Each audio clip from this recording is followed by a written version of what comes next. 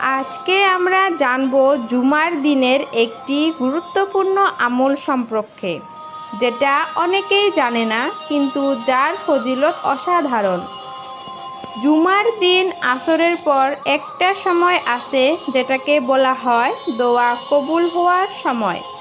রাসূল সাল্লাল্লাহু আলাইহি ওয়াসাল্লাম বলেছেন, জুমার দিনে একটি মুহূর্ত আছে, যদি কোনো মুসলমান সেই সময়ে দাঁড়িয়ে নামাজ পড়ে ও আল্লাহর কাছে কিছু চায়, আল্লাহ তাআলা অবশ্যই তা কবুল করেন। এই সময়টি সবচেয়ে সম্ভব যে অংশে ঘটে সেটা হলো আসরের নামাজের পর থেকে মাগরিব পর্যন্ত। তাহলে আমরা কি করতে পারি এই সময়ে?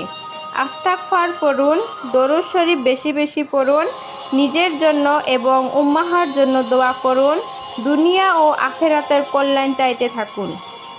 আপনি যদি এই সময় আল্লাহর কাছে মন খুলে কিছু চান, কঠিন বিপদ থেকে মুক্তি চান, রিজিকের প্রশান্ত চান, গুনাহ মাফের জন্য দোয়া করেন বা পরিবারের জন্য শান্তি চান, আল্লাহ তাআলা কবুল করবেন ইনশাআল্লাহ।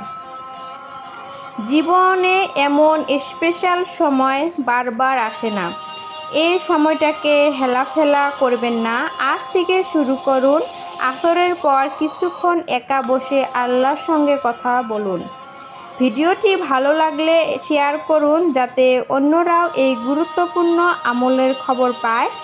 আমাদের জন্য দোয়া করবেন। আসসালামু আলাইকুম ওয়া রাহমাতুল্লাহি ওয়া বারাকাতুহু।